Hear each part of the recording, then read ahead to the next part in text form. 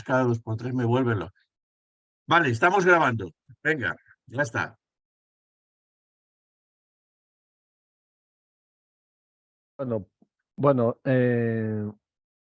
ya empezamos, ¿no? Ya está todo a punto. Venga, Bueno, vale.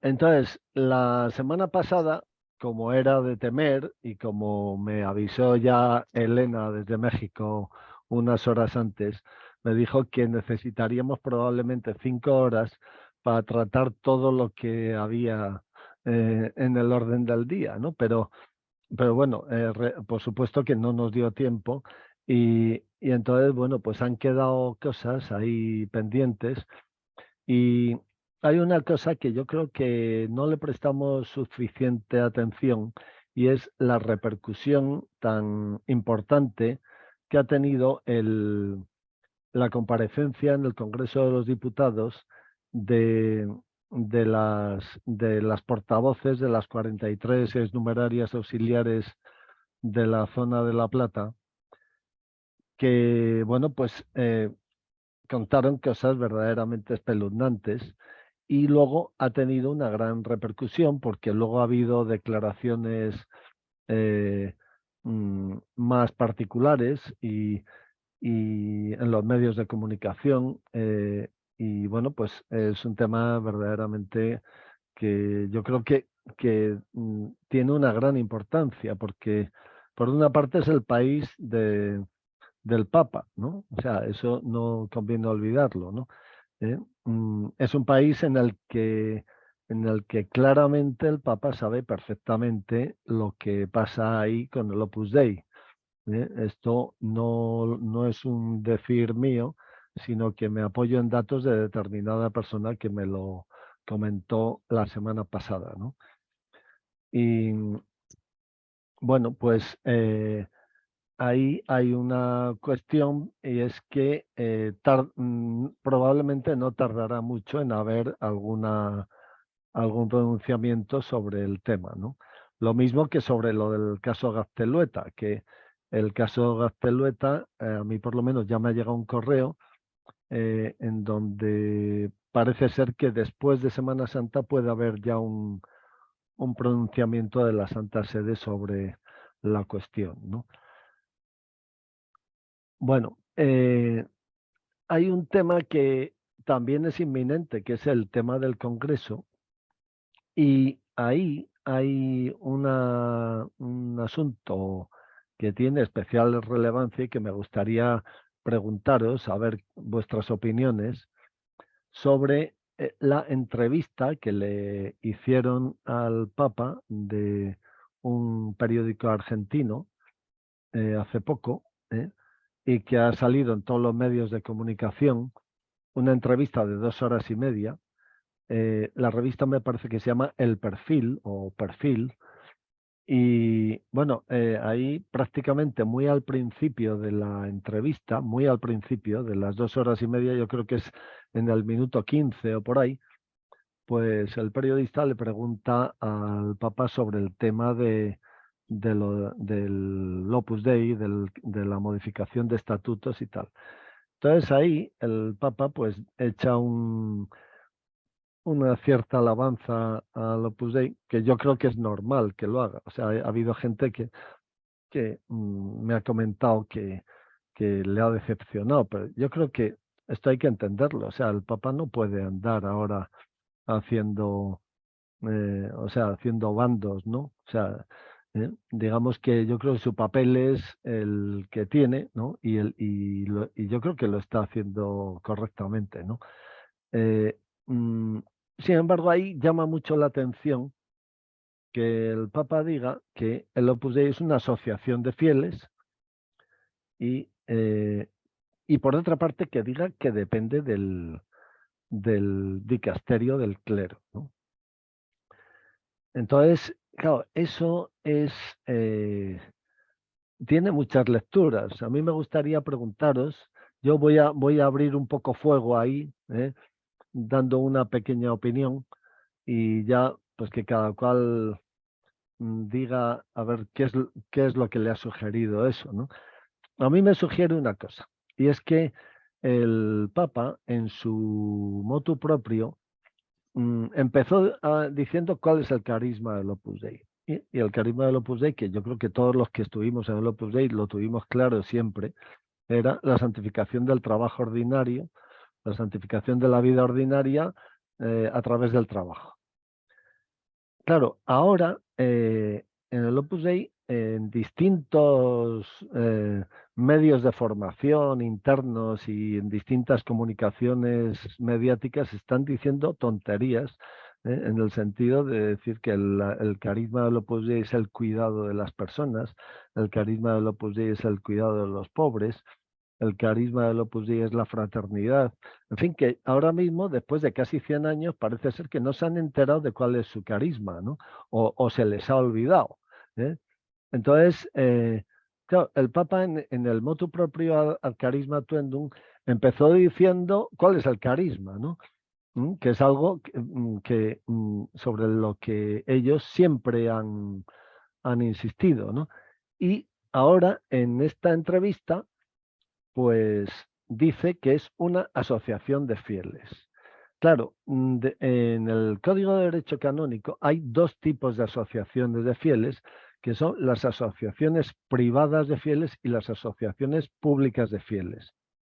Las asociaciones públicas de fieles son las que están establecidas por la jerarquía eclesiástica y las asociaciones privadas de fieles son las que no están promovidas por la jerarquía eclesiástica, pero que sin embargo pueden tener un conciliario y en principio se supone que son cristianos los que forman parte de esa asociación, son católicos, ¿no? Entonces, claro, en una asociación de fieles caben los curas y los laicos. En una prelatura personal, no. En una prelatura personal solo caben curas y diáconos incardinados en la prelatura, ¿no? Claro, a menos de un mes, a 3 semanas del comienzo del Congreso, por lo que yo he sabido, en el Opus Dei no, o guardan un silencio hermético o no saben exactamente por dónde tirar. A mí una determinada persona que lleva muchísimos años en el Opus Dei y que sigue en el Opus Dei y que es muy crítica, me ha dicho que no saben por dónde tirar. Y luego también hay gente, a mí en concreto hay un determinado cargo del Opus Dei que me lo ha dicho, que bueno, que hay como dos corrientes, una corriente que piensa que los laicos no forman parte de las prelaturas personales y otra corriente que sí, y que este papa es de la primera corriente, pero que luego vendrá otro papa que a lo mejor dice lo contrario. Hombre, eso es mentira por una razón, y es porque que los laicos no formen parte de las prelaturas personales es algo que no se lo ha inventado Francisco, sino que está en el Código de Derecho Canónico aprobado por Juan Pablo II, que era un forofo del Opus Dei. O sea que eso no es una cuestión de corrientes, es una cuestión de que en el derecho de la Iglesia eso está así y el Opus Dei es una entidad clerical hoy por hoy, porque es una prelatura personal. Claro, tienen el problema de que, claro, si siguen siendo una prelatura personal, pues ya se corrobora que los laicos están fuera.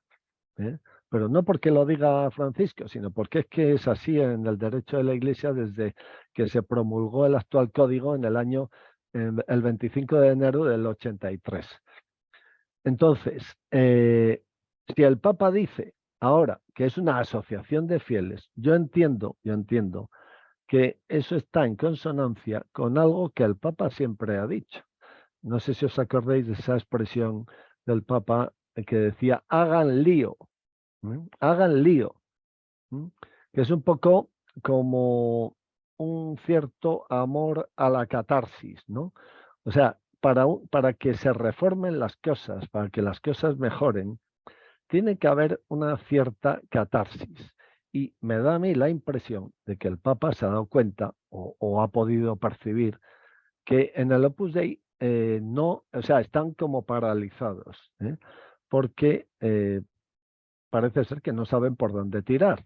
Entonces, quizá esa entrevista en donde el Papa suelta una cosa sorprendente, puede estar a lo mejor encaminada a provocar cierta catarsis y decir de alguna manera no la forma jurídica exacta, sino por dónde puede ir, en el sentido de decir, bueno, el Opus Dei es un fenómeno asociativo, es un fenómeno asociativo.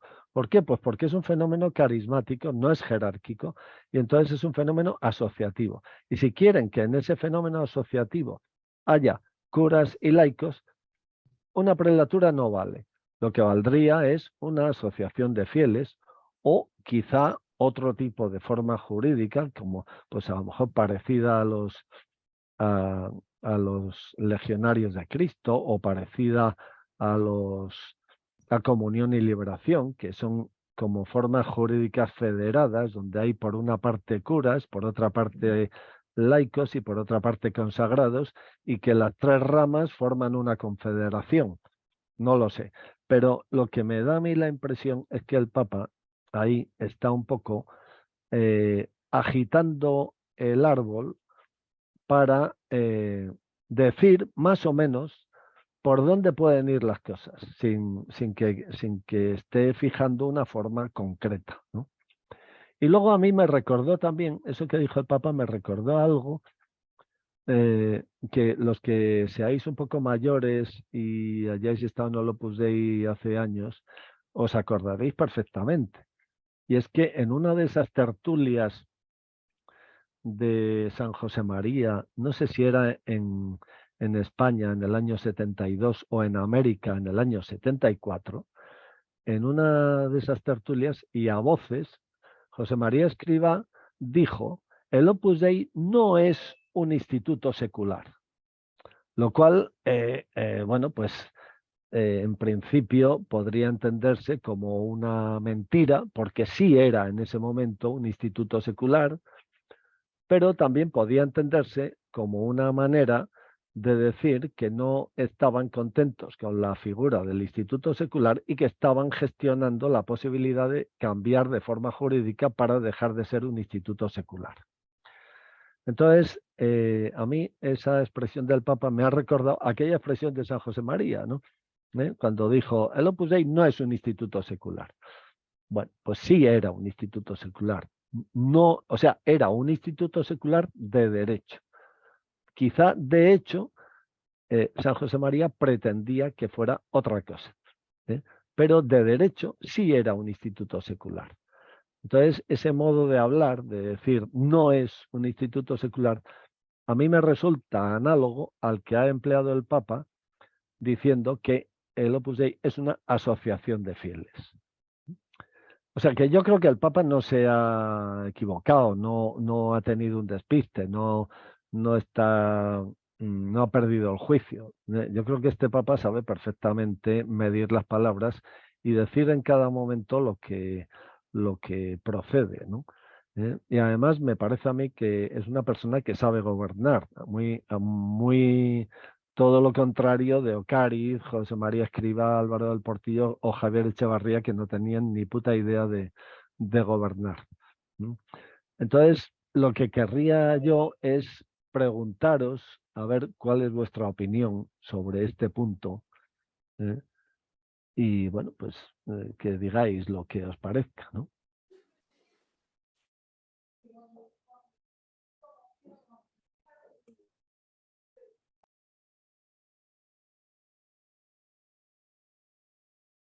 Aquí nadie dice nada.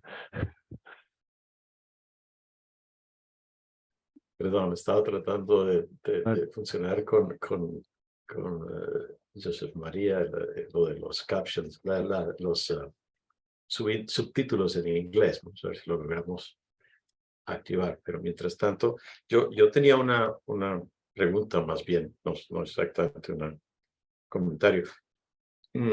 La estructura jerárquica de la iglesia, hasta donde yo he entendido, es de manera esencial.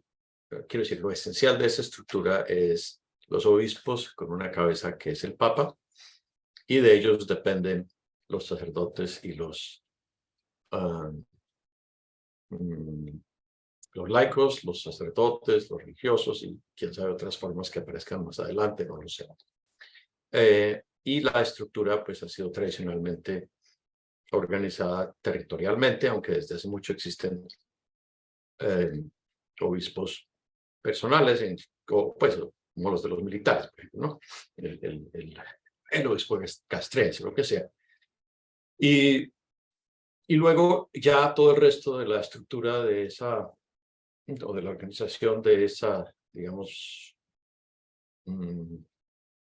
jerarquía esencial es histórica y es definida por pues, los obispos o el papa o el concilio de turno o algo así. Es decir, es parte de... No, el hecho concreto de que la distribución sea, por ejemplo, territorial, pues puesto que existen distribuciones personales, obviamente eso no es esencial. Sin embargo, es la estructura jurídica corriente dentro de la Iglesia, la estructura jurídica actual.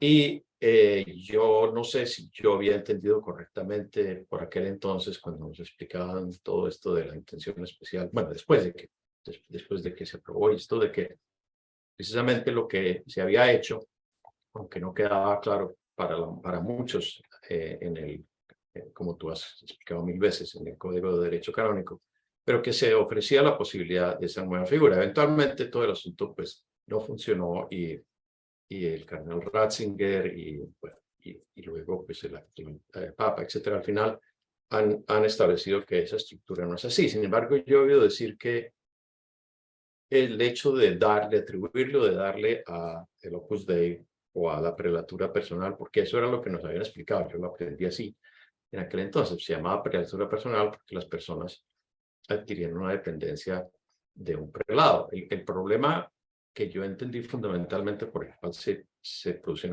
una complicación y el que lo presentaban muchos obispos era la doble cabeza, ¿no? O sea, que la misma persona estaba dependiendo de dos jefes en la iglesia, por así decirlo. Y la respuesta que aprendimos a dar, bueno, y yo aprendí a dar, pues, era que era autoridad sobre cosas diferentes e independientes.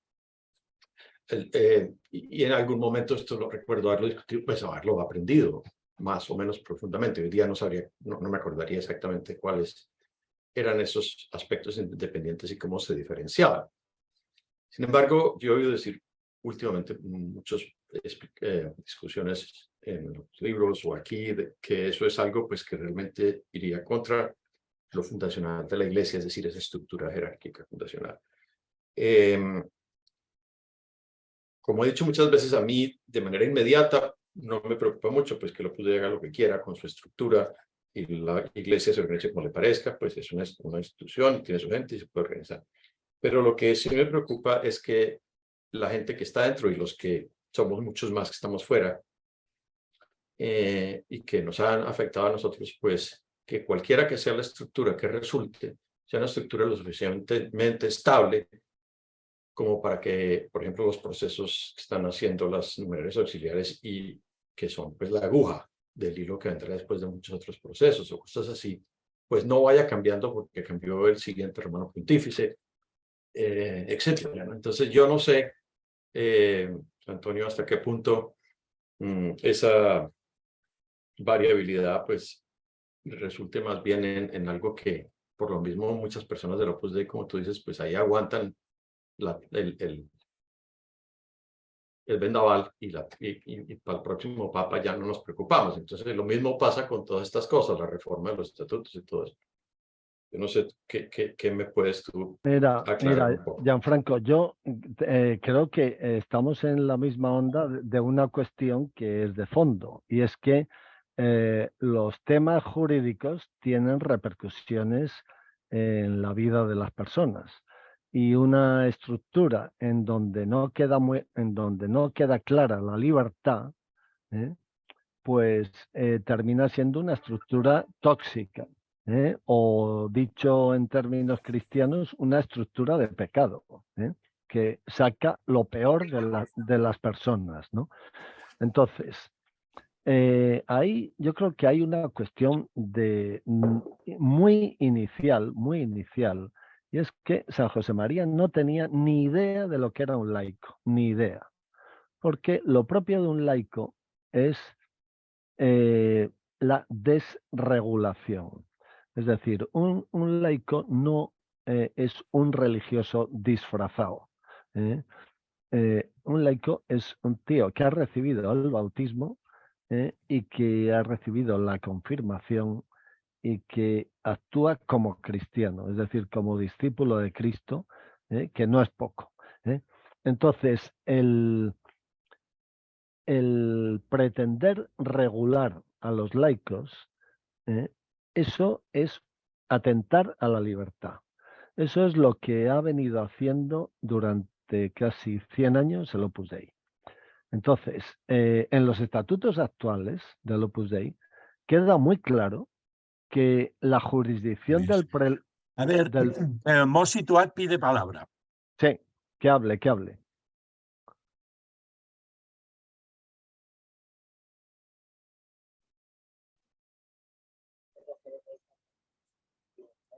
Miguel Lorza, tienes la Sí, palabra, Miguel. gracias.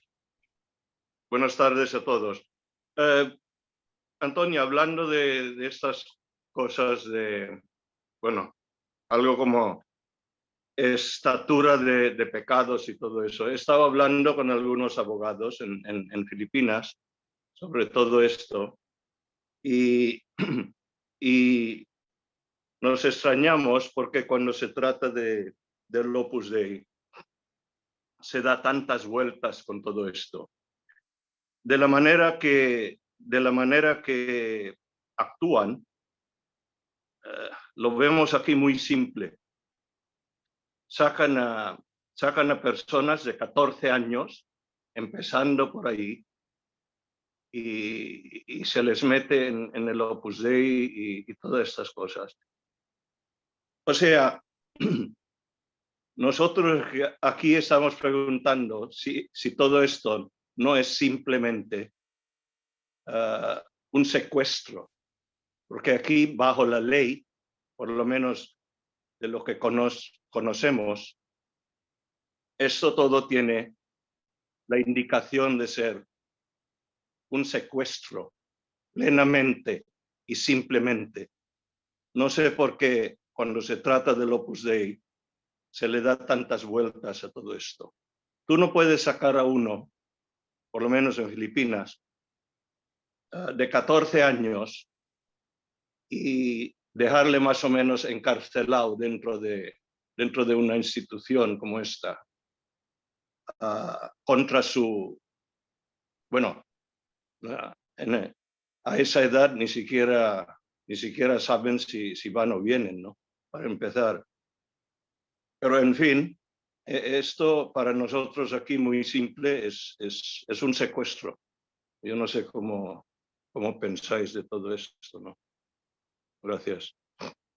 Miguel, yo creo que lo que acabas de decir es exactamente lo mismo que ha pasado y pasa en todo el mundo. O sea, efectivamente, el Opus Dei tiene todas las características para ser considerada, de hecho, una secta, pero además de las peores, porque es una secta que se está refugiando en la Iglesia Católica bajo capa de espiritualidad. Y que está cometiendo y ha cometido las mayores atrocidades y que está quedando impune. O sea, eso es una cosa que es un auténtico escándalo, ¿no? Y claro, el Papa, yo creo que lo primero que ha hecho es decir, bueno, tienen que cambiar ustedes los estatutos. ¿Por qué? Pues porque los estatutos, o sea, si el Papa les dice que tienen que cambiar los estatutos es porque esos estatutos no se ajustan al derecho de la Iglesia. Eso para empezar. Es decir, porque aunque actualmente estén con una forma jurídica, de hecho están fuera de la ley, fuera. Aunque solo sea por un artículo, que no sé si es el 121 o el 125, pero por ahí anda, en donde dice que los sacerdotes incardinados en la prelatura están sometidos totalmente y en el fuero interno y externo al prelado. Claro, eso es una burrada, eso es la legalización de la esclavitud. Y luego, peor todavía, es que, aunque de los laicos no dice lo mismo, porque dice que los laicos solamente la jurisdicción del prelado alcanza a los laicos en aquellos aspectos relativos al fin de la prelatura, es decir, a los aspectos pastorales. Pero claro, eso a los laicos no se les dice. O sea, yo recuerdo haber asistido a montones de ceremonias de oblación o de fidelidad de supernumerarios, en donde puestos de rodillas el candidato decía que se comprometía a quedar bajo la jurisdicción del prelado, sin decir exactamente que la jurisdicción bajo la que quedaba no era plena, sino que era una jurisdicción parcial en el fuero externo y solamente en aquellos aspectos relativos a lo pastoral. Es decir, que eso traducido en lenguaje claro y llano es como decir que el prelado, para lo único que tiene jurisdicción sobre los laicos, es para organizar una especie de catequesis, que por otra parte el fundador del Opus Dei decía que el Opus Dei es una gran catequesis. Pues bien, los laicos, el único vínculo que tienen con el Opus Dei es el de ser cooperadores orgánicos, es decir, que ni siquiera pertenecen a la prelatura, y lo único en lo que se comprometen realmente es a cooperar en los medios de formación de la prelatura, nada más. O sea que todo lo que se establece en los estatutos sobre la dirección espiritual, sobre los compromisos especiales, todo eso es pura mentira, ¿no? O sea, no existe realmente de derecho ningún vínculo entre los laicos y el Opus Dei, salvo el compromiso de cooperar en los medios de formación que se organizan en la prelatura, nada más. Entonces, para deshacer toda esta mentira, lo primero que hay que hacer, en una entidad que se rige por el derecho, como es la Iglesia, lo primero que hay que hacer es cambiar los estatutos y ajustarlos al derecho de la Iglesia. Hay una cosa que yo creo que va a pasar después del 16 de abril de este año, que es cuando termina el Congreso, y es que en el supuesto de que el Papa apruebe esos estatutos, va a pasar una cosa, y es que, a diferencia de los actuales estatutos, los estatutos que salgan se van a publicar hasta en el último periódico del mundo, porque ya no van a ser unos estatutos secretos, no traducidos, aposta, porque San José María estableció que no se tradujeran ningunos estatutos, pues eso ya no se va a dar. Ya en todos los medios de comunicación van a aparecer los estatutos. Y se Antonio, van a... disculpa. Sí. ¿Puedo hablar? No sé si puedo hablar. Sí. Sí, bueno, buenas tardes a todos. Quería decir una cosa. Si se me oye mal, me lo decís porque estoy en la calle y no sé si molesta a lo mejor el ruido externo. Pero quiero deciros una cosa. Lo que acabas de decir en torno a lo que se está planteando entraña una gran mentira. Y la gran mentira, como todo en el Opus Dei, tiene apariencia de dificultad, pero cuando se investiga es de una enorme sencillez. Es decir, la gran mentira es evidente. Tú, por una parte, has recordado, yo no estaba entonces en la obra, pero los que sois más mayores sí, cuando el propio fundador decía, pero lo he visto grabado, que el Opus Dei no era un instituto secular, cuando era un instituto secular. Por lo tanto, es una mentira notoria, ¿no? Y grave. Acabas de referir lo que pasaba en las ceremonias de la oblación, donde de rodillas, cada candidato, cada persona, establecía o decía, expresaba, que se ponía bajo la jurisdicción del prelado, cosa que tampoco podía ser, es otra mentira, porque no existe jurisdicción en el fuero interno con el prelado, simplemente existe una convención en cuanto a qué tareas apostólicas de mutuo acuerdo se establecen para colaborar un determinado laico o laica con el Opus Dei. Es otra mentira. Creo que me explico por dónde voy. Vamos sumando mentiras. Pero claro, son todas mentiras que tienen mucha trascendencia porque afecta al tema jurídico, por el que ha preguntado Gianfranco, ¿no? Voy a dar un salto ahora. Creo que hay una carta que tendríamos que mirar y es la carta que el cardenal Farrell le escribe a la gente que está rigiendo los destinos de un movimiento que se llama Comunión y Liberación hace un año. Creo que fue en julio. Yo la tengo y os la puedo pasar. Donde, si os leo un trocito de la misma, que a mí me la han hecho llegar, claramente establece, hace referencia y alude al Papa Francisco, cuando dice, bueno, le está hablando un poco de cómo cuando se interviene la asociación Memores Domini, un Memor Domini no es más que un numerario, por aclararlo, o una numeraria dentro de lo que es Comunión y Liberación.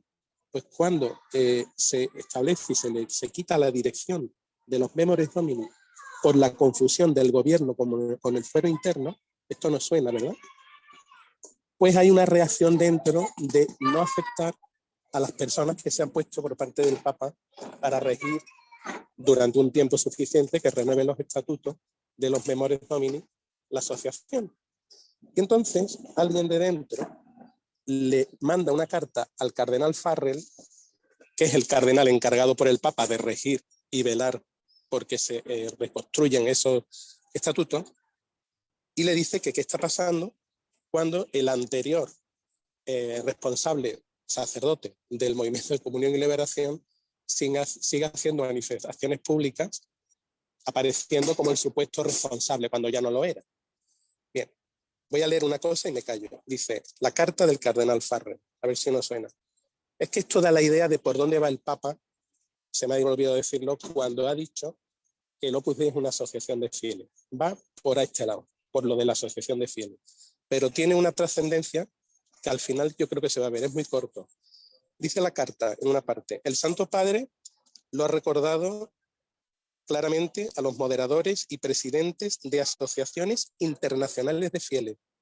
Recalco, asociaciones internacionales de fieles, entre los que están hechos de Comunión y Liberación, pero donde además el Papa quiere que esté el Opus Dei, porque precisamente son fieles laicos de fieles. Con ocasión del encuentro del pasado 16 de septiembre en el Vaticano, caemos en la trampa, dice el Papa, caemos en la trampa de la deslealtad, esto nos debe sonar, cuando nos presentamos a los otros como los únicos intérpretes del carisma, los únicos herederos de nuestra asociación o movimiento.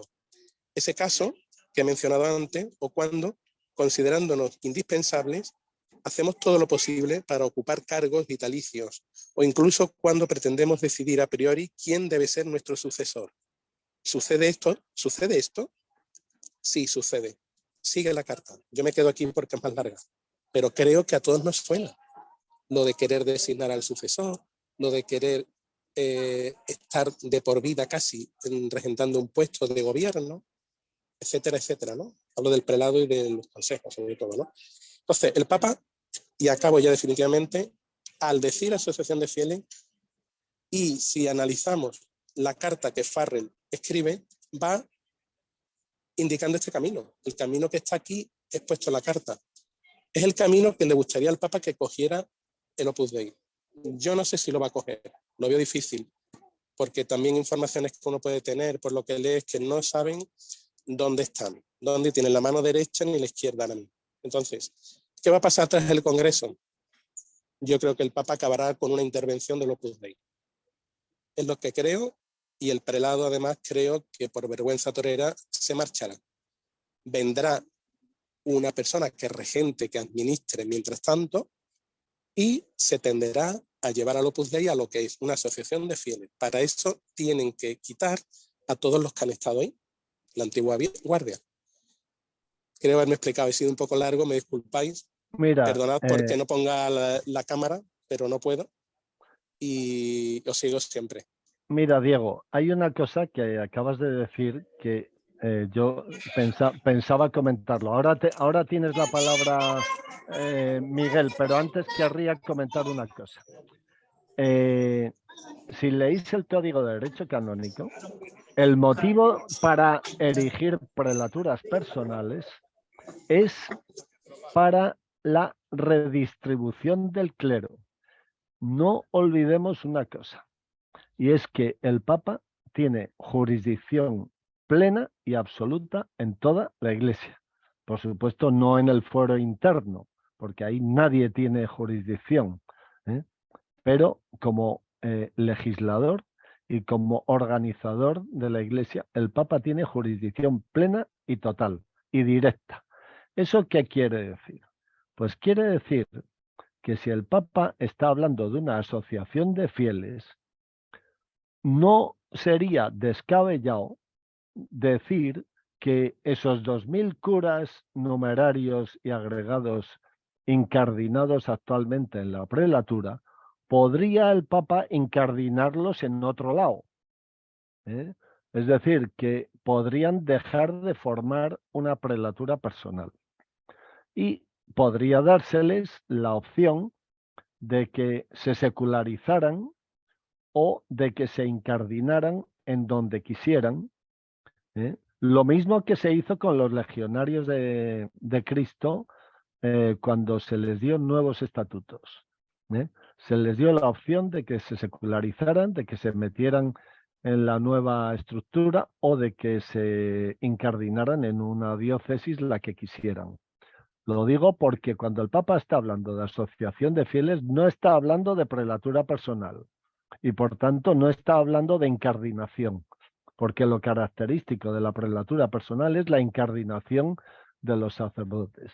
Pero teniendo en cuenta que el Papa tiene jurisdicción para decirles, para desmontar una prelatura personal y dar opción a otra incardinación, eso es una posibilidad, ¿eh?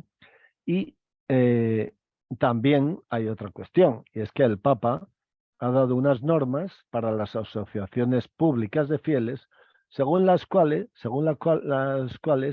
el tiempo de mandato de los que gobiernan esas asociaciones públicas de fieles está limitado a 5 años. O sea, y luego Antonio, disculpa, ese dato precisamente es lo que le ha mandado Comunión y Liberación a la Asociación de Memoria Domini, porque cuando el sacerdote español Julián Carrón, que cesó, lo cesaron, se presentaba públicamente después del cese como el dirigente, le dijo, atención cómo actuó el Papa, porque podía haberle un tirón de la oreja y decirle, ven machote, a la calle, ¿no? Le dijo, oye, por 5 años, fíjate el dato, por 5 años, pero le puso detrás, nada más y nada menos que de nuevo, a otro, un eclesiástico con rango de arzobispo, junto con el cardenal Farrell, es decir, lo atornilló más. Pero claro, le da un proceso, le da 5 años, leamos bien, pero no es que vaya a estar 5 años, es que necesita al menos un tiempo, la mitad o menos, para que los estatutos de esa asociación, en este caso, pudieran ser los estatutos del Opus Dei rehechos, se rehagan, valga la redundancia. Esto no se puede hacer antes del Congreso. No da tiempo, no hay voluntad, no hay mente, no están las cabezas preparadas. Puede haber una contestación interna muy alta, muy grande. Entonces, lo que va a pasar es que va a tomar tiempo y va a haber una pseudo intervención para luego directamente decir vosotros lo que sé. Perdón. Mira, Diego, hay una cuestión y es que el otro día en Opus Libros apareció un artículo de Zartán de los Monos, no sé si sabéis quién es. Bueno, pues este comentaba que lo que está pasando ahora probablemente es que estarán negociando a la desesperada unos estatutos para que el día 12 de abril esté todo ya pactado y una vez que, porque lo que es evidente es que en 4 días no da tiempo a elaborar unos estatutos y lo que a ver qué pasa aquí.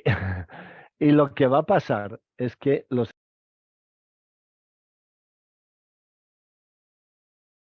Te has silenciado. y probablemente el Papa los aprobará inmediatamente porque estarán ya pactados y aprobados tácitamente desde Roma, desde el Vaticano. Ahora bien, una cosa que no lo comenté la semana pasada es que en los congresos del Opus Dei hay dos tipos de congresos, que son los congresos electivos, en donde las mujeres no intervienen, y los congresos no electivos, en donde sí hay congresistas hombres y mujeres. Y luego hay un detalle que viene en los estatutos, y es que los congresistas los nombra el prelado de por vida, de por vida. Es decir, que los congresistas son vitalicios. ¿Eso qué quiere decir? Pues algo que, como ya comenté en una reunión hace 3 o 4 semanas, lo que está claro es que Ocariz no se va a arriesgar a que en el Congreso le tumben la propuesta de estatutos, que podría suceder, porque en el Opus Dei, y sobre todo dentro de los congresistas, hay mucha gente de la vieja guardia que no está dispuesta a cruzarle la cara a San José María, porque lo que está claro es que en el Congreso del 12 al 16 de abril lo que se va a hacer es cruzarle la cara a San José María, porque se van a aprobar unos estatutos distintos de los que, no ya los que quería él, sino los que había pactado Álvaro del Portillo. Entonces, ¿cuál es la salida de Ocariz? La salida de Ocariz es nombrar más congresistas que voten sí que los que presumiblemente voten no. Y eso es lo que seguramente estará haciendo ahora. Por Pero eso, Antonio, hay disculpa de nuevo. perdona que termino Sí, termino el Perdón. razonamiento.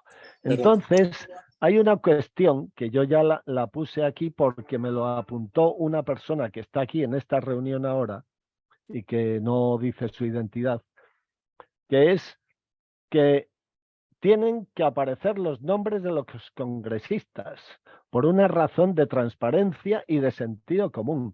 ¿En qué lugar del mundo se ve un congreso en el que no se sabe quiénes son los congresistas? En un partido político, los congresistas se les ve la cara a todos, y van con su chapita o con su identificación, lo que sea. En un congreso científico, lo mismo. En cualquier congreso del mundo, los congresistas se sabe quiénes son. Mientras tanto, en el Opus Dei se está ocultando quiénes son los congresistas. A mí, como ciudadano que no soy del Opus Dei, gracias a Dios, me da igual. Pero a los del Opus Dei no les tendría que dar igual. O sea, si yo fuera del Opus Dei, entiendo que sería una burla que se gestionara algo que me atañe de una manera muy importante a mis espaldas. O sea, el prelado tendría la obligación de decir quiénes son los congresistas. Lo mismo que en cualquier sínodo o en cualquier concilio o en cualquier congreso de cualquier partido político o de lo que sea, se sabe quiénes son los congresistas. Entonces, Ocariz tendría que decir quiénes son los congresistas, por respeto a los miembros del Opus Dei, por respeto. Porque Antonio, con respeto a los miembros del Opus Dei, perdón por la interrupción, pero es que es muy importante, también, pero sobre todo por respeto a la Iglesia, por respeto a las normas de la Iglesia. Claro, por eso digo que lo que se está negociando, perdonadme por hacer voy a hacer un poco, no sé cómo decirlo, voy a ver un escenario, que es el que yo creo que va a pasar, pero lo que se está negociando es la salida de Ocariz, porque no puede hacer esto, porque no puede hacerlo, porque no tiene capacidad, aunque quisiera. Y no lo puede hacer ni Ocariz, ni el actual Consejo General, ni la actual Secretaría General, ni la sección de mujeres. Nadie lo puede hacer. Tiene que ser todo nuevo. Y la pauta la da la gran palabra asociación de fieles. Y lo que he comentado es que tenemos la carta del cardenal Farrer que creo que marca el camino, indirectamente. Bueno, entonces, Diego, no es posible que lo haga Ocariz y, insisto, o sea, Ocariz es que no tiene capacidad y además no creo que tenga ni cuerpo para hacer esto.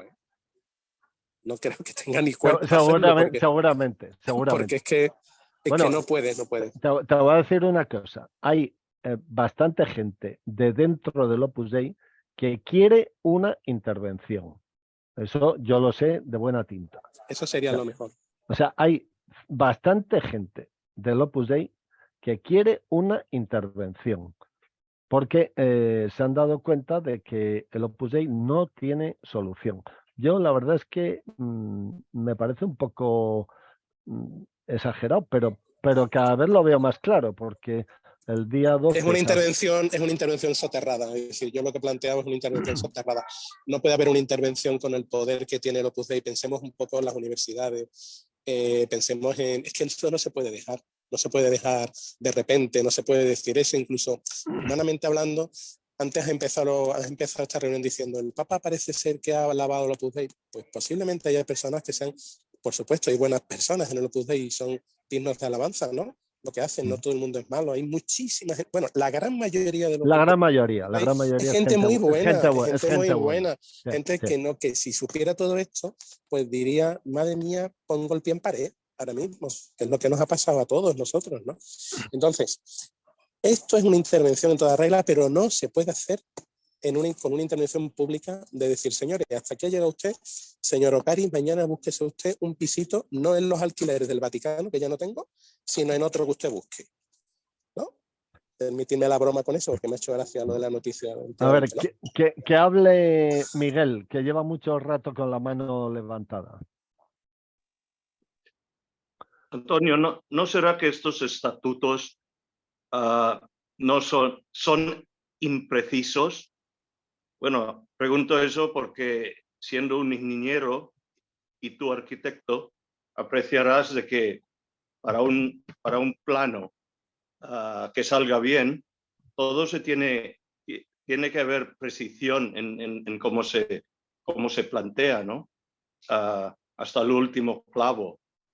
Algo tan simple como habrá un estatuto algún día que dirá que no se pueden acercar a uno menor de edad bajo cualquier mentira, cualquier concepto, cualquier cosa que quieran decir. Voy por ahí, ¿no? Porque es la única manera, creo yo. Todos están enfocados en estos estatutos, pero el Opus Dei ha sido experto en manipularlo a lo que quieran, ¿no? Creo que hay que empezar por ahí. Miguel, pero Sí. estamos en lo de siempre. O sea, yo estoy de acuerdo contigo en que los estatutos tienen una gran dosis de ambigüedad. Ahí yo creo que estamos de acuerdo muchísimos. Incluso Ricardo, hace 3 semanas, Ricardo, el de Costa Rica, comentó una cosa muy interesante, y es que el mismo legislador, que fue Juan Pablo II, hizo a la vez el Código de Derecho Canónico y a la vez los estatutos, o sea, aprobó las dos cosas. Por una parte aprobó el Código de Derecho Canónico y por otra parte aprobó los estatutos que contradicen el Código. Entonces, quizá por eso estos estatutos, aunque son totalmente ambiguos y defectuosos, pues tienen carta de legalidad actualmente.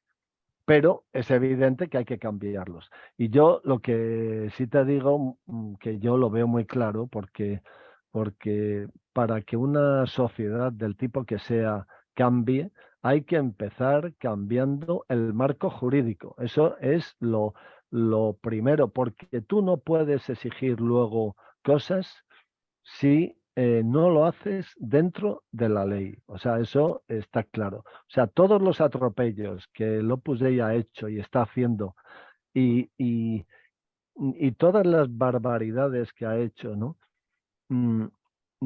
Seguirían igual si no hubiera un cambio de estatutos, porque está visto además que en estos estatutos han encontrado la manera de burlarlos. Ahora bien, yo creo que el Papa ha tomado el camino adecuado, que es empezar cambiando los estatutos. De la misma manera que con la Iglesia lo que ha hecho ha sido empezar cambiando la curia romana. A partir de ahí ya están empezando a haber cambios muy profundos. O sea, no sé si sabréis que durante estos últimos meses el Papa ha hecho montones de nombramientos en Roma en el personal de la curia. O sea, poquito a poco ahí está siendo removido todo el mundo, ¿eh? Pero primero hay que cambiar la norma y luego ya buscar las personas adecuadas para esa norma. Por eso yo creo que lo que ha dicho Diego me parece muy sensato porque con esos nuevos estatutos ya Ocariz tiene los días contados, ¿eh?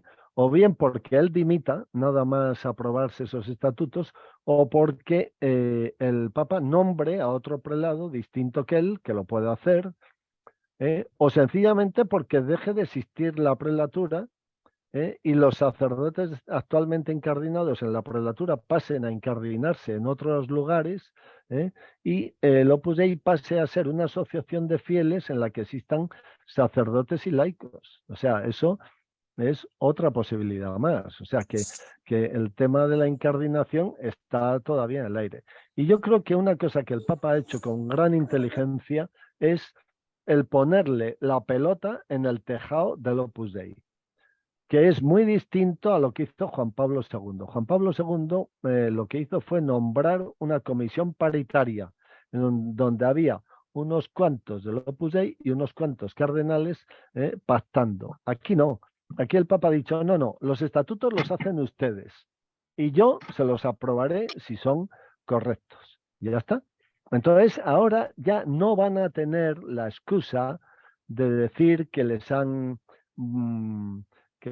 presionado, ¿no? Porque los estatutos los van a proponer ellos, ¿eh? Y tampoco van a poder decir eso de ceder sin conceder con ánimo de recuperar, porque aquí no hay nada que ceder. Aquí eres tú el que vas a hacer tus estatutos y el Papa te los va a aprobar. O sea que... Y La desde ambigüedad luego, jurídica- Perdón, Antonio. sí, Punto final y me callo. no, sí, sí. Una pregunta.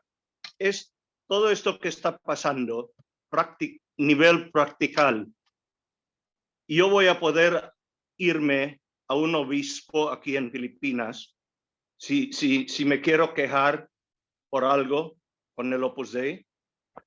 Mira, te respondo con datos muy recientes, ¿eh? Ahora mismo, yo creo que después de 10 años de pontificado, después de 10 años de pontificado, estoy casi seguro que todos, por no decir casi todos los nuncios del Papa en todos los países son fieles al Papa. Entiendo.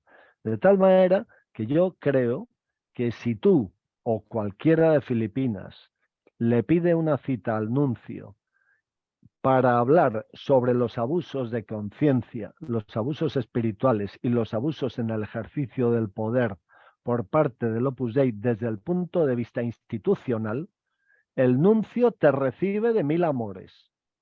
Estoy casi convencido. De hecho, tengo noticia de casos que ya se han dado donde los nuncios han recibido a miembros del Opus Dei y exmiembros del Opus Dei que les han pedido cita para hablarles de esto. Y te voy a decir más.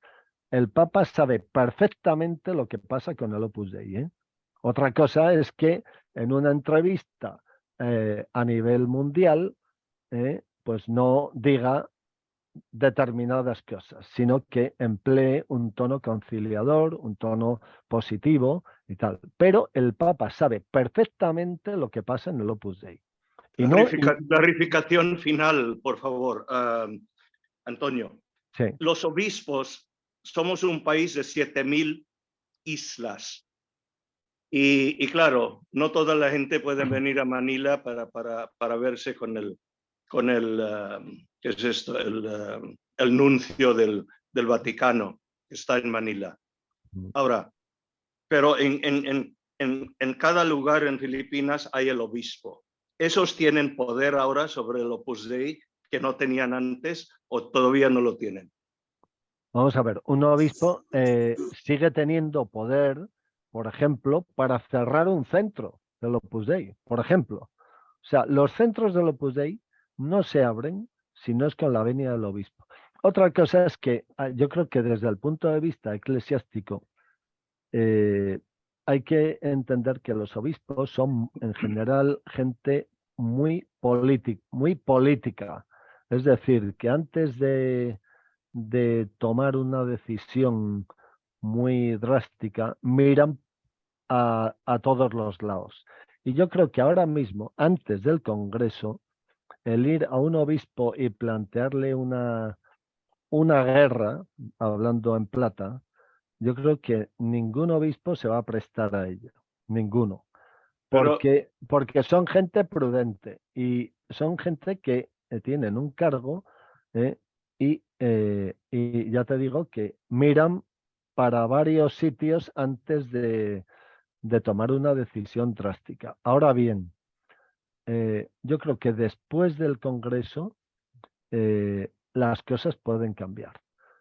Sobre todo en relación con los obispos. O sea, está claro. O sea que digamos que el Opus Dei ha ido demasiado lejos en algunos aspectos hasta el punto de creerse que formaban parte de la estructura jerárquica de la Iglesia y que estaban poco menos que equiparados a los obispos y que tenían derecho a estar en las conferencias episcopales de los distintos países.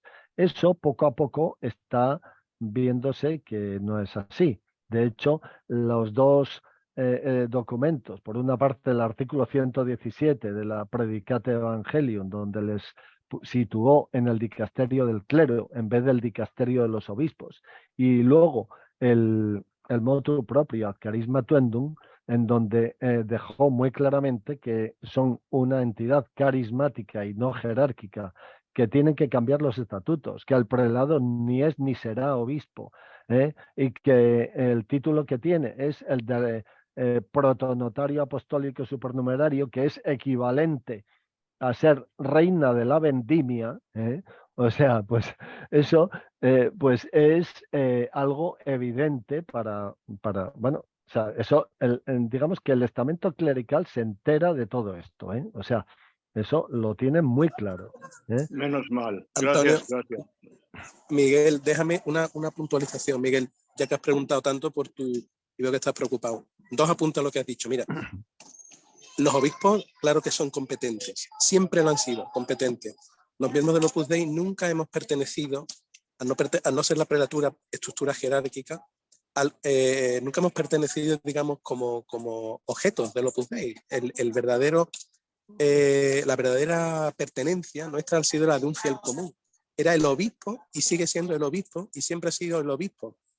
Fíjate hasta qué punto se confunden. Yo no sé, Miguel, si fuiste supernumerario, numerario, no lo sé, va agregado. Pero has dicho, ¿eso ha cambiado? No, nunca ha cambiado. Porque no ha cambiado nada porque siempre, cualquier fiel de la prelatura, que no sea sacerdote, su pastor legítimo, insisto, pastor legítimo era el obispo de su diócesis. Por tanto, puedes ir a tu obispo. Como bien dice Antonio, ahora, sabiendo que muchos son muy políticos, desgraciadamente, forma parte, digamos, de las miserias humanas, ¿no? Como todos tenemos, ¿no? Pues no es el momento más conveniente, pero claro que puedes ir. Y tu preocupación sobre la pertenencia de niños de 14 años, claro que se va a prohibir. Igual que se va a prohibir el que no voten las mujeres, que se está diciendo en el chat por parte de algunos ahora, en el Congreso, que delimite bien cuáles sean los estatutos. Todo eso va a cambiar. No sé si te contestará por tu preocupación, Miguel, al respecto. Claro que sí. Muchas gracias. A ver, Gianfranco, antes de que tú intervengas, aquí hay en el chat hay una puntualización de Angélica muy interesante, donde dice que también la prelatura podría pasar a ser una asociación clerical de fieles, que se pueden incardinar en esa asociación. Me parece que Angélica me lo puso el otro día en un chat y me parece que esos son los cánones 298 y 302 o 306, no me acuerdo bien.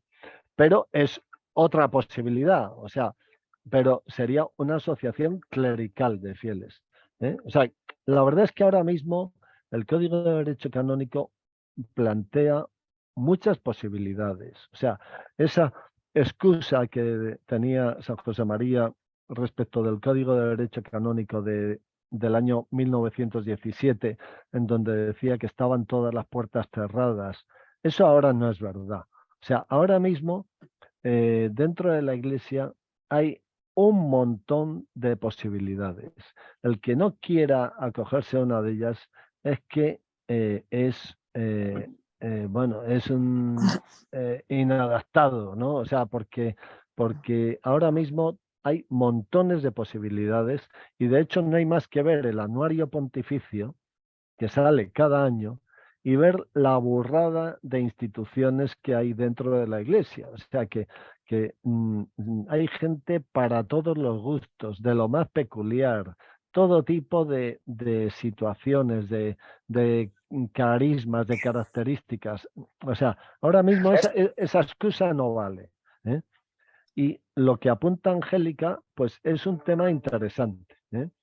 O sea, que lo de la Asociación Clerical de Fieles es otra posibilidad también a tener en cuenta, ¿eh? Gianfranco. Gracias, Antonio. Yo quería tomar un poco este tema de los nuncios y los obispos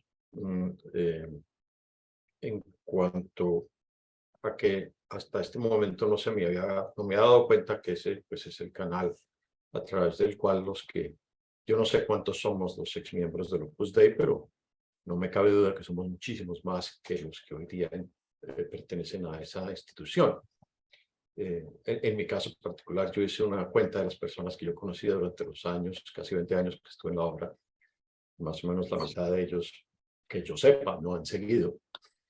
Y pues, como el 5% de los sacerdotes, lo que sí, 5 de 50, 5. Pues, los que tenemos el deseo, la preocupación de ayudar a las personas que aún están en la prelatura y la sociedad en la que esta institución de la Iglesia influye, y a la vez queremos pues seguir sanando o creciendo como personas, reencontrándonos como personas, como me ha recordado alguien recientemente.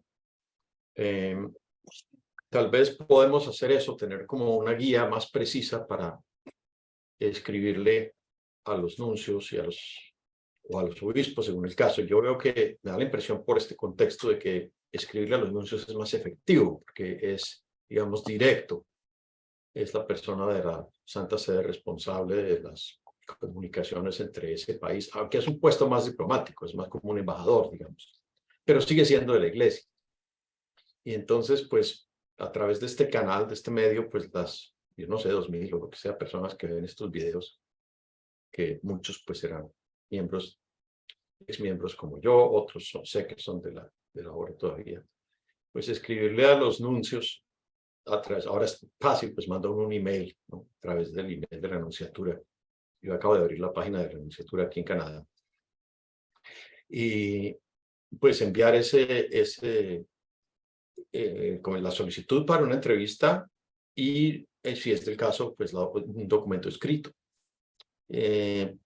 Porque, como ya hemos comentado muchas veces, es una pena que este congreso que se está haciendo, aparte pues de que sean secretos los congresistas y todo lo demás, pues como de costumbre no se han molestado en ir a preguntar a las personas que nos fuimos por qué nos fuimos.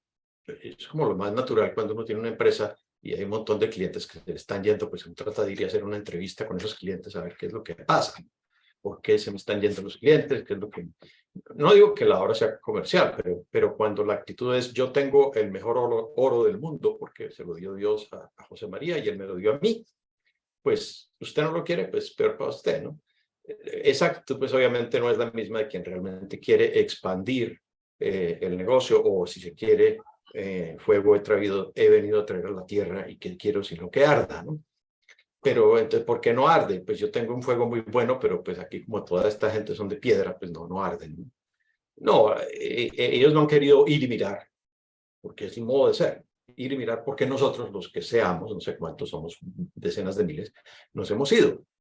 ¿no? Nos hemos ido porque fuimos malos, porque traicionamos a Dios, porque somos muy soberbios, porque nos dejamos llevar de las pasiones, porque no escuchamos, porque no fuimos sinceros, por una cantidad de razones que son todas las que se inventan de acuerdo con la fórmula que puso José María. Entonces, si pudiésemos por lo menos escribirle a los nuncios o a los obispos algo, no sé qué, porque cada cual tendrá su historia. A mí en particular, como saben ustedes aquí, me duele muchísimo el maltrato que se le hizo a las numerarias auxiliares en todo el mundo, a todos los demás también, pero es en particular pues porque son las personas más vulnerables, porque eran menores de edad, etcétera. Y sobre todo porque, aunque argumenten que sea en los años 70 o en los años 80, que no es cierto tampoco, es que ahora se sigue igual. En este momento está repitiendo el abuso por el simple hecho de no reconocerlo. Es una repetición de ese abuso. Entonces, hacer llegar, ya sea sobre este caso, sobre lo que cada uno o cada una quiera, si quiere, pero me gustaría animarles, si quieren, a que Gianfranco, escriban. mira, Gianfranco, sobre lo que has dicho, ya la verdad es que nos quedan solo 10 minutos. Mira, sobre lo que has dicho, hay dos temas que estaban previstos para esta semana y que yo los toco ahora porque son temas en los que hay gente que se está ya moviendo, ¿no? Uno de ellos es el de formular una denuncia ante la Santa Sede contra Ocariz y sus vicarios. O sea, al hablar de, o sea, es decir, contra quienes gobiernan el Opus Dei. O sea, hay una cosa que yo creo que tiene que estar clara, y es que con independencia de que se produzcan unos nuevos estatutos, aquí nadie se va a ir de rositas. O sea, aquí las faltas contra la justicia se van a perseguir hasta que se consiga una justicia. Entonces, quiero decir que el tema de formular una denuncia contra el Opus Dei, eso se traduce en formular una denuncia contra quienes gobiernan el Opus Dei, porque los que gobiernan el Opus Dei son los responsables de que el Opus Dei sea así. Y además da la casualidad de que no han hecho nada para evitarlo. Entonces, estoy hablando de Ocariz, de Mariano Facio, de Pujals, del otro, del sacerdote secretario central, es decir, de los curas, porque no olvidemos que quienes mandan en el Opus Dei son curas. Entonces, es decir, de los sacerdotes que tienen cargos de gobierno central en la prelatura, en el Consejo General, y de los conciliarios de las distintas regiones y de los directores de delegación y sacerdotes secretarios de las distintas delegaciones. Entonces, hay una chica que está aquí que se llama, se llama Almada, Susan Almada, que me ha pasado un texto que yo os lo he reenviado como texto para esta reunión, en donde se plantea las bases para una denuncia penal eclesiástica. O sea, una denuncia penal eclesiástica. También hay gente que ya me ha enviado apuntes y notas sobre cómo podría ir esa denuncia. Yo sé que hay gente que está trabajando en ello por su cuenta y quizá pues poco a poco logremos elaborar una denuncia bien expuesta y bien fundada, ¿no? De todas formas, yo creo que basta ver Opus Libros y leer los 400 y pico libros silenciados o leer las 10.000 colaboraciones de correspondencia de Opus Libros en los últimos 20 años, ¿no? Para eso, digamos que es algo tumbativo, o sea, eso son más argumentos que cualquier cosa, o sea, en Opus Libros hay cada carta desgarradora de gente abusada por el Opus Dei, es un testimonio irrefutable que le conmovería a cualquiera que tenga un mínimo de sensibilidad. Y sin lugar a dudas, eso tiene que salir a la luz en el Vaticano. O sea,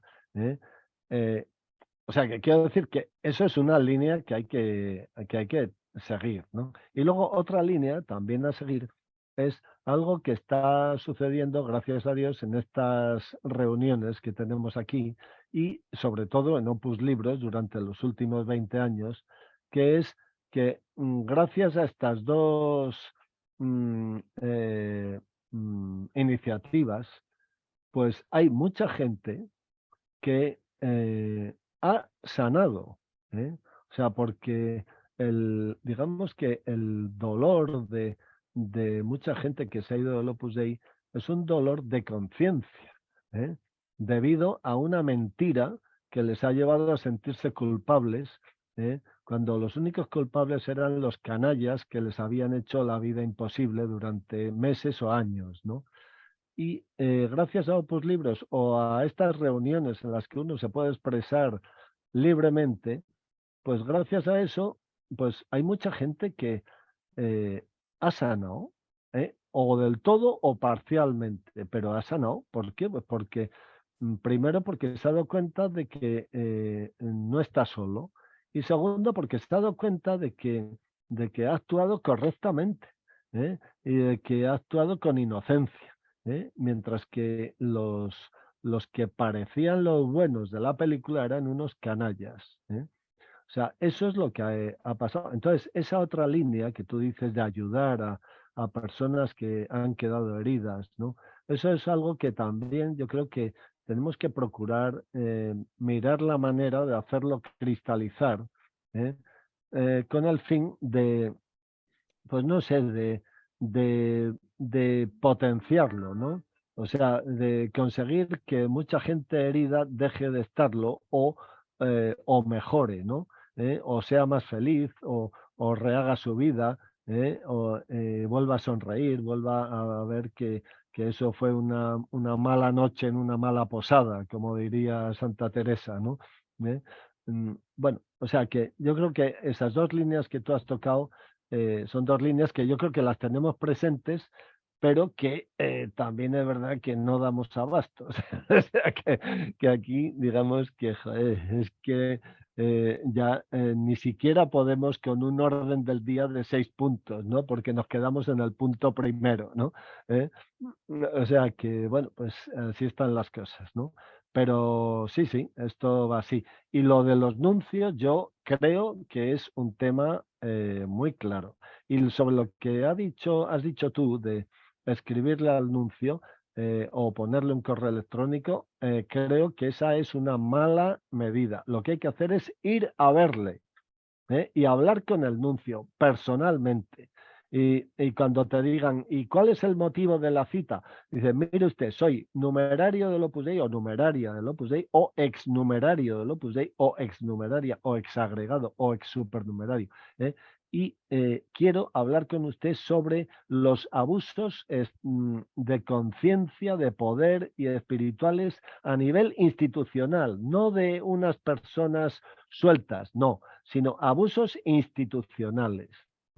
Lo que resulta verdaderamente escandaloso es que haya un libro que se titula El Opus Dei, no sé si se titula Organización Criminal, ¿no? O algo así, ¿no? O sea, y que en el Opus Dei no le hayan denunciado por calumnias al autor de ese libro. Pues, oye, en ese libro, ese libro está escrito, está publicado en Opus Libros, se han hecho eco de ese libro y luego se vende en Amazon, en Kindle. Y, y es un libro escrito por un abogado que no es católico y que se ha dedicado simplemente a analizar el funcionamiento del Opus Dei y a cotejarlo con el Código Penal. Y ha dicho, bueno, pues el Opus Dei es una organización criminal. Y ya está, esa es la tesis del libro. Claro, que un abogado, un jurista, saque un libro así y esa organización no le ponga una querella criminal, pues eso es muy llamativo. Hombre, dices, oye, el que calla otorga. Oye, pues no sé, pero desde luego, vamos, si yo lo que tengo muy claro es que si yo fuera el presidente de una asociación y me dicen que esa asociación es una organización criminal, a mí eso me interpela de alguna manera. O sea, quiero decir que yo no me quedaría mirando para otro lado. Entonces, quiero decir con esto que claro, que hay que actuar, efectivamente, ¿no? Y yo creo que el ir al nuncio es lo mejor, ir al nuncio de cada país, porque después de 10 años los nuncios son de la cuerda del Papa y saben perfectamente lo que es el Opus Dei.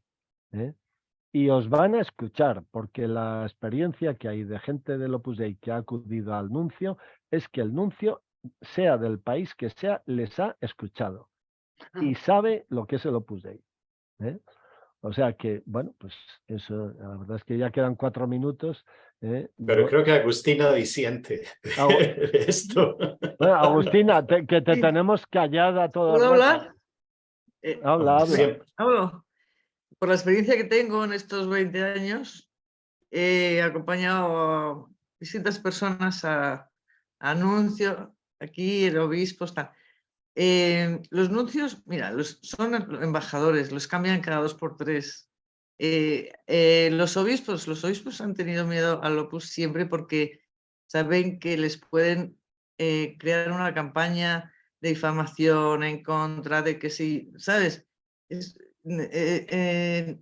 lo que es la jerarquía de la Iglesia o la organización de la Iglesia, los que menos el Papa les tiene miedo, no sirve para nada. Vas, te escuchan, incluso te dan la razón y tal. Y como ha pasado alguna vez, acaban diciendo, mire, muy bien, pero el que mejor le va a entender es su prelado del Opus Dei. Vaya usted a hablar con él. ¿Entiendes?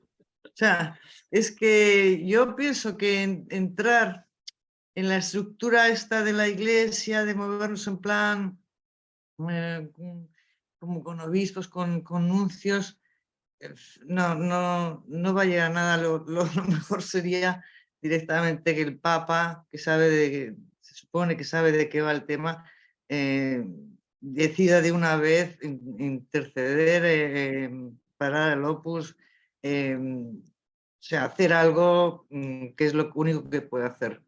¿Quién lo puede hacer? Porque si no, nos pasamos la vida hablando y a ese que hemos hablado le han cambiado de repente, ya no es nadie, era anuncio y ahora, yo qué sé, igual se ha secularizado. Ya, o sea, ¿entendéis? Que vale, sí, podemos pensar que pueden hacer algo, pero yo ya, bueno, voy a acabar. Hubo un arzobispo emérito, que voy a decir su nombre, falleció, que nos ayudó mucho, Monseñor Elías Llanes, que fue arzobispo emérito fue arzobispo de Zaragoza y presidente de la Conferencia Episcopal y teólogo y tal. Y este hombre ya mayor se recorría, iba a Roma muchas veces con 4 o 5 folios que había redactado para repartir en distintos dicasterios de gente que él conocía y eso. Pero se dio cuenta de esto cuando leyó un informe sobre su diócesis, cuando estaba en activo, que hablaba de todos los que daban clase en el seminario, de lo que opinaban de él, un informe hecho por el Opus Dei. Y a mí me contaba, dice, es que nosotros lo que teníamos claro era, con el Opus Dei, mejor no meterse. Agustina, no sabes cuánto lo siento, pero en 2 minutos Sí. nos van a cortar. Has No, empezado muy tarde. es que pero te nada. invito a que vuelvas el viernes que viene Bueno, y sí. seas la primera, además, y así tendrás todo el tiempo del mundo. Gracias, no. Y más los que nos van Sí, a no, cortar, claro que no es que vuelvo, porque por yo. supuesto. Aprovecho Mira. para felicitaros a todos el entusiasmo y el rigor con que defendéis vuestras ideas y, como siempre, invito a los del Opus que no están de acuerdo con vosotros que entren, que participen con nosotros, porque nosotros aquí no tomamos partidos, nosotros somos alguien que lo que hace es que abrimos nuestro Zoom a todo aquel que tenga algo que decir con respeto y educación, en fin. Pues nada, nos vemos el viernes que viene si queréis. Y Agustina, por favor, ven. Y te damos la Gracias, palabra, Jordi. la primera de todas. Gracias, Sí. Jordi, por dar este espacio. Y gracias Muchas a todos. Muchísimas a gracias. vosotros. Yo Venga, a todos. Y Venga, me que encanta como Adiós ver- a todos. Adiós. Como Saludos a siempre, que no me todos. entere que os portáis bien el fin de semana. Venga. Bueno, gracias Jordi, gracias a todos. Vale, Saludos vale. desde Rosario. Cariño de Adiós, Rosario. gracias. Un saludo a Adiós. todos. Adiós. Un saludo a todos. Ya.